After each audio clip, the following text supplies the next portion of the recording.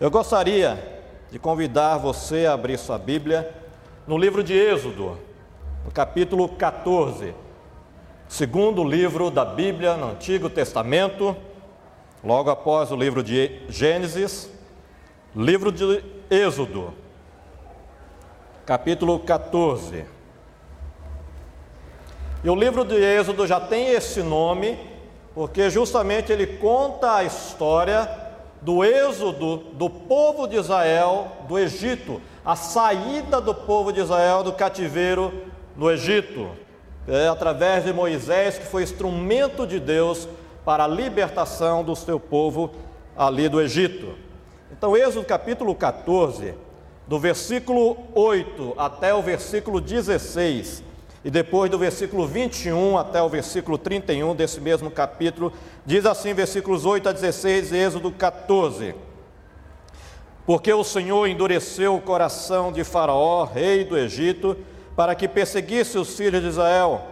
Porém, os filhos de Israel saíram afoitamente. Perseguiram-nos os egípcios, todos os cavalos e carros de Faraó, e os seus cavalarianos, e o seu exército, e os alcançaram acampados junto ao mar, perto de Pi-Hairote, defronte de Baal-Zefon. E chegando Faraó, os filhos de Israel levantaram os olhos, e eis que os egípcios vinham atrás deles, e temeram muito. Então os filhos de Israel clamaram ao Senhor. Disseram a Moisés: Será por não haver sepulcros no Egito, que nos tiraste de lá, para que morramos nesse deserto? Porque nos trataste assim, fazendo-nos sair do Egito? Não é isso que te dissemos no Egito: Deixa-nos, para que sirvamos os egípcios? Pois melhor nos fora servir aos egípcios do que morrermos no deserto. Moisés, porém, respondeu ao povo: Não temais, aquietai-vos e vede o livramento do Senhor, que hoje vos fará. Porque os egípcios que hoje vedes, nunca mais os tornareis a ver. O Senhor pelejará por vós, e vós vos calareis. Disse o Senhor a Moisés: Por que clamas a mim? Dize aos filhos de Israel que marchem. E tu, levanta a tua vara, estende a mão sobre o mar e divide-o, para que os filhos de Israel passem pelo meio do mar em seco. Versículo 21 até o versículo 31 agora do mesmo capítulo diz assim: Então Moisés estendeu a mão sobre o mar, e o Senhor, por um forte vento oriental que soprou toda aquela noite, fez retirar-se o mar, que se tornou terra seca, e as águas foram divididas. Os filhos de Israel entraram pelo meio do mar em seco, e as águas lhe foram qual muro à sua direita e à sua esquerda.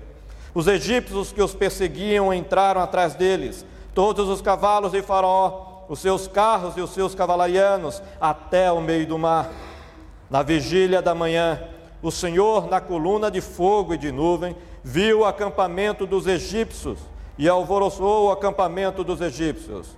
Emperrou-lhes as rodas dos carros e fê-los andar dificultosamente. Então disseram os egípcios: Fujamos da presença de Israel, porque o Senhor peleja por eles contra os egípcios.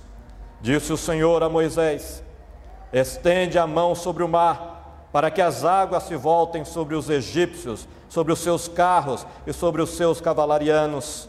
Então Moisés estendeu a mão sobre o mar, e o mar, ao romper da manhã, retornou à sua força. Os egípcios, ao fugirem, foram de encontro a ele, e o Senhor derribou os egípcios no meio do mar.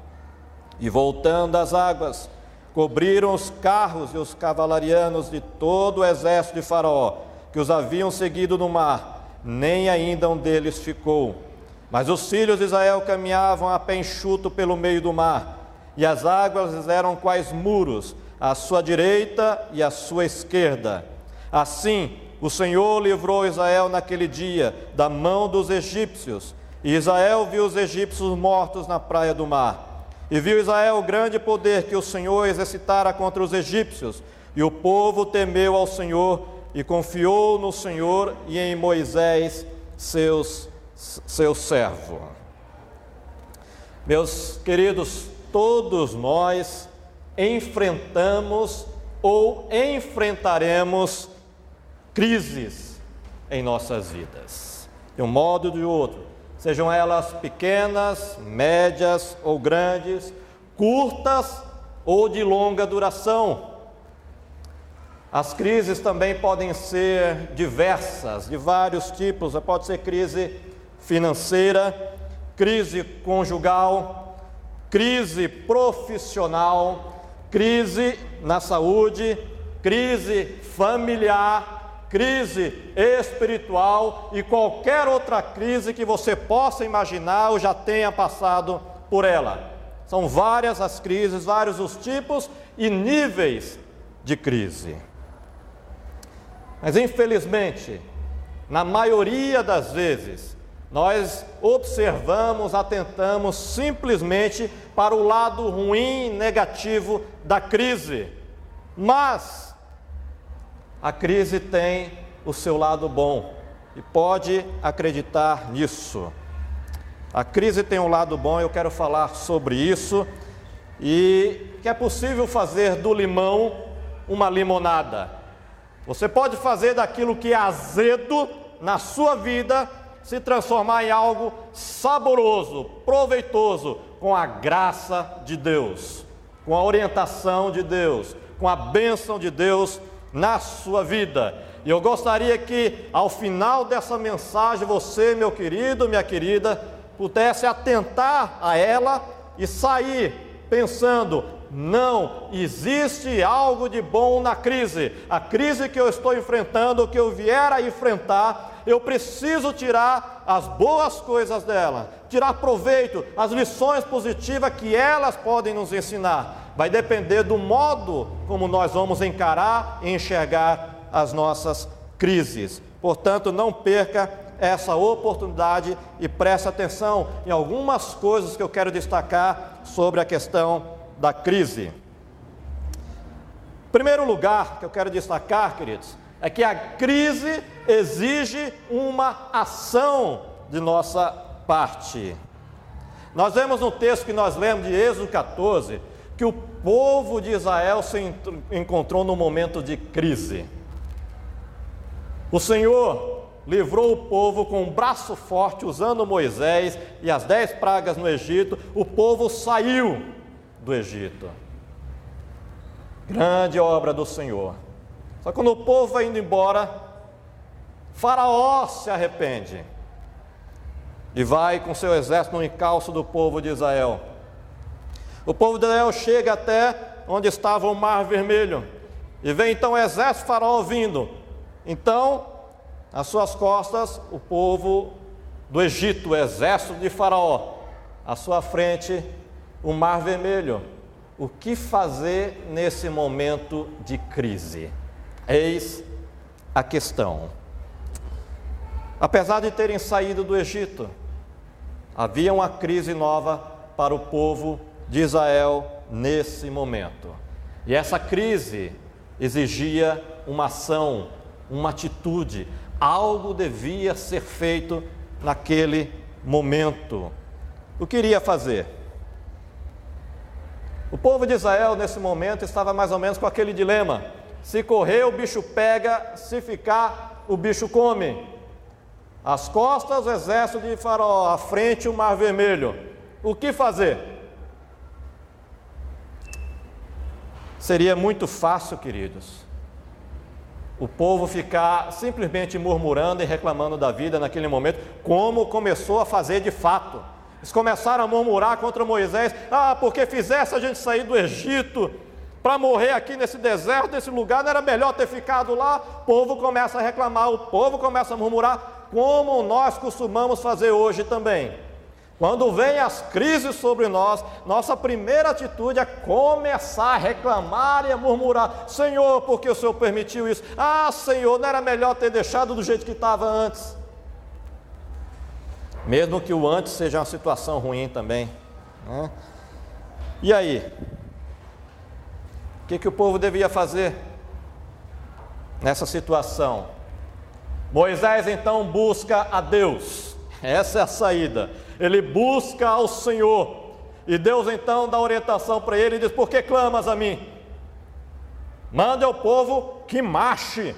E você, pega o teu bordão, o teu cajado que tem em tua mão e levanta essa coisa aí.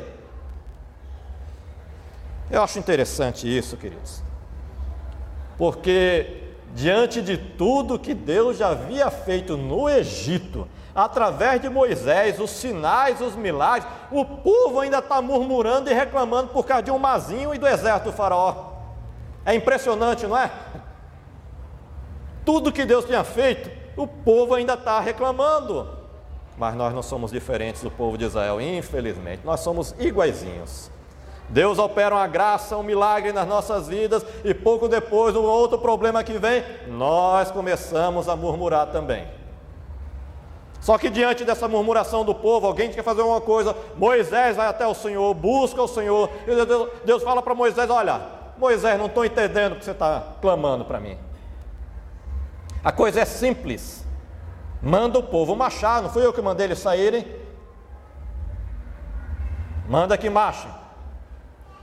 E você pega esse cajado que eu não te dei à toa, isso aí não é brinquedinho, não é uma coisa para ficar aí encostada no canto, levanta esse bendito cajado, meu querido. E aí o mar se abre. O mar se abre diante do povo de Israel, para eles então poderem passar. Fica uma lição para nós aí, né, queridos? Diante das nossas crises, nós devemos buscar a orientação de Deus através da oração e da sua bendita e poderosa palavra, mas depois devemos agir, temos que fazer alguma coisa, e esse é o problema. Muitas vezes diante das nossas crises, nós oramos, buscamos a Deus, a sua palavra, Ele nos mostra o que fazer, e a gente não faz. Nós não agimos.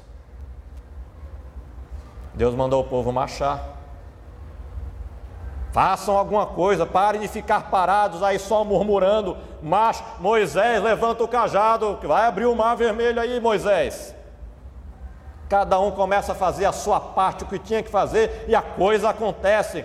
O problema começa a ser resolvido, mas ficar simplesmente reclamando, murmurando, dizendo: ó vida, ó azar, não resolve o problema, não resolve a crise. Mas nós queremos tratar nossas crises muitas vezes assim.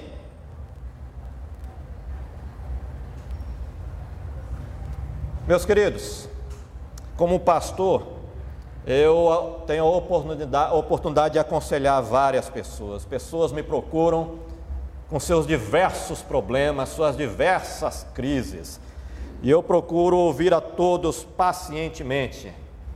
Deixo que eles falem, que abram seus corações, que coloquem os seus problemas. E muitas vezes eu pergunto, depois que eles falam, reclamando do problema que estão enfrentando: o que você tem feito para mudar essa situação? Ele fala: mas como assim? Sim, o que você está fazendo? Só reclamando? Eu não gosto do meu emprego, do meu trabalho, da minha profissão, etc, pastor. Sim, você está fazendo o que para mudar de situação?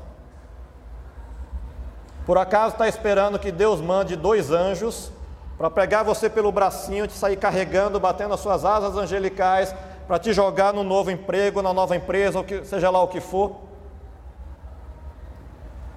Você está esperando o quê? Por que você não se levanta e vai procurar outro emprego? Por que você não vai distribuir currículo em outros lugares? Por que você não vai fazer algum tipo de curso? Em vez de ficar só reclamando do seu trabalho, faz alguma coisa. Devemos orar, devemos buscar a Deus, mas depois de orarmos e buscarmos a direção de Deus, agirmos conforme a direção de Deus, conforme os princípios da palavra de Deus. Precisamos agir. Não esqueça disso, meu querido e minha querida. A crise pede uma ação.